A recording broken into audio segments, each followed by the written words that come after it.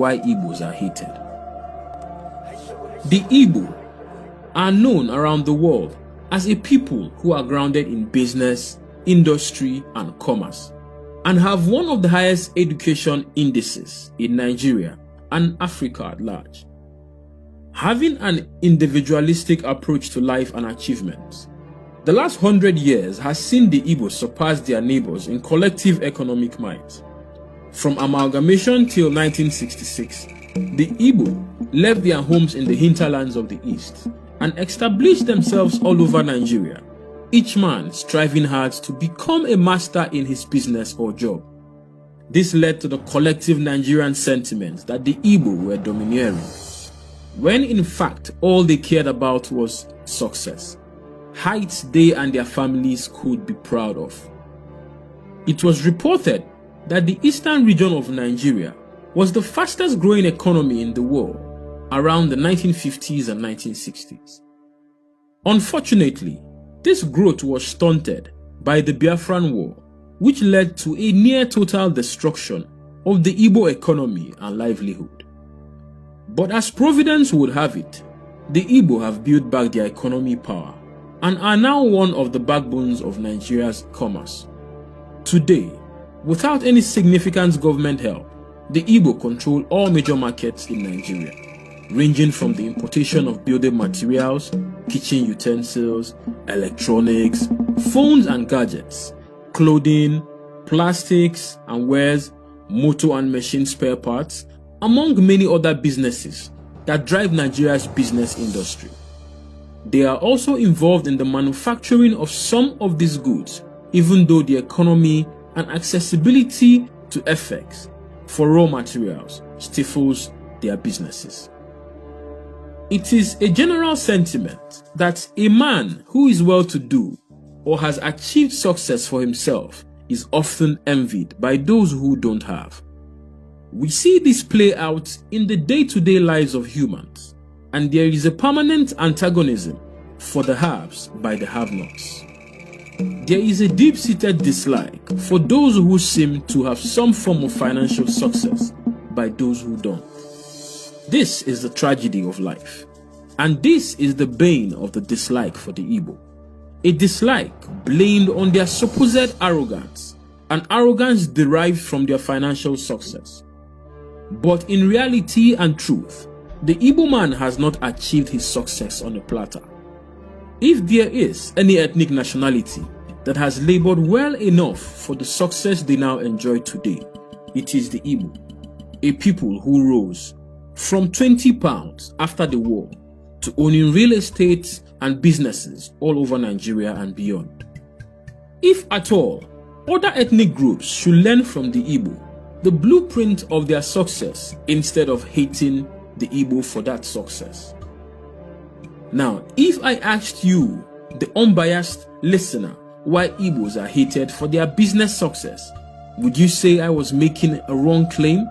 Or would you agree that there's an obvious political and social gang-up against the Igbo for their business prowess in Nigeria? I will leave you with a clue of the gang-up I speak of, and that is the burning and destruction of Igbo businesses both in the north and the west of Nigeria at any slightest provocation.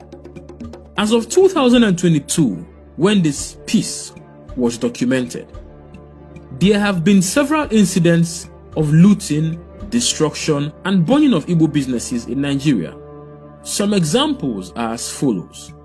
The burning and destruction of Igbo shops in Sokoto following the killing of Deborah Samuel, a Northern Christian, in May of 2022. The destruction of over 500 shops belonging to Igbo people in Igara, Jakonde, along Lekki-Ekpe Express by Lagos State Government.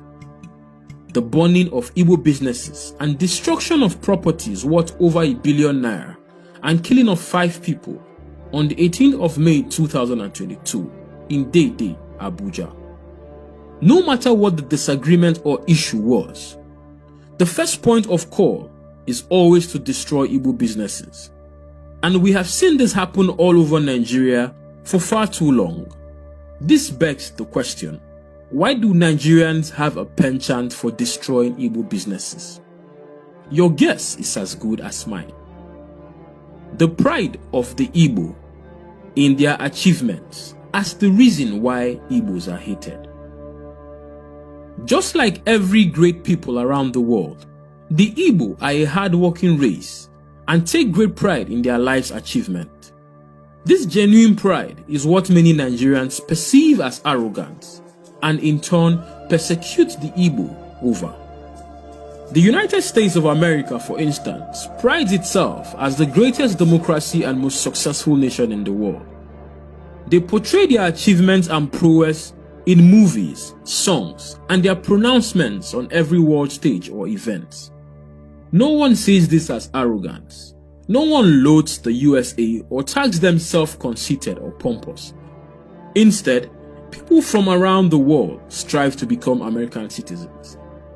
This is not the case for Ndi-Igbo. In an ever-suppressive nation, they are expected to hide their achievements, ingenuity, and contributions to the growth of humanity, tuck their tails in between their legs, and present themselves as inferior animals to be accepted as good Nigerians, or possibly remain in their villages and wear sackcloths and use stones to light fires, so that other ethnic nationalities would feel comfortable in their laziness. Of course, that can never happen. This is not the way Ndi-Igbo are wired. For those who hate Ndi-Igbo and accuse them of being pompous, please understand that the Igbo man is built on an egalitarian foundation, a blueprint that demands that he succeeds on his own at all costs. This means that he worships no man. He believes strongly in his chi, his life force, and knows deep down that it is only his chi that has the power to pull him down. It is only his chi he can bow to. This basic principle is evident in the fact that Ndi-Igbo do not have monarchs who dictate the destinies and lives of their subjects. The Igbo have no kings or rulers who decide for their entire people.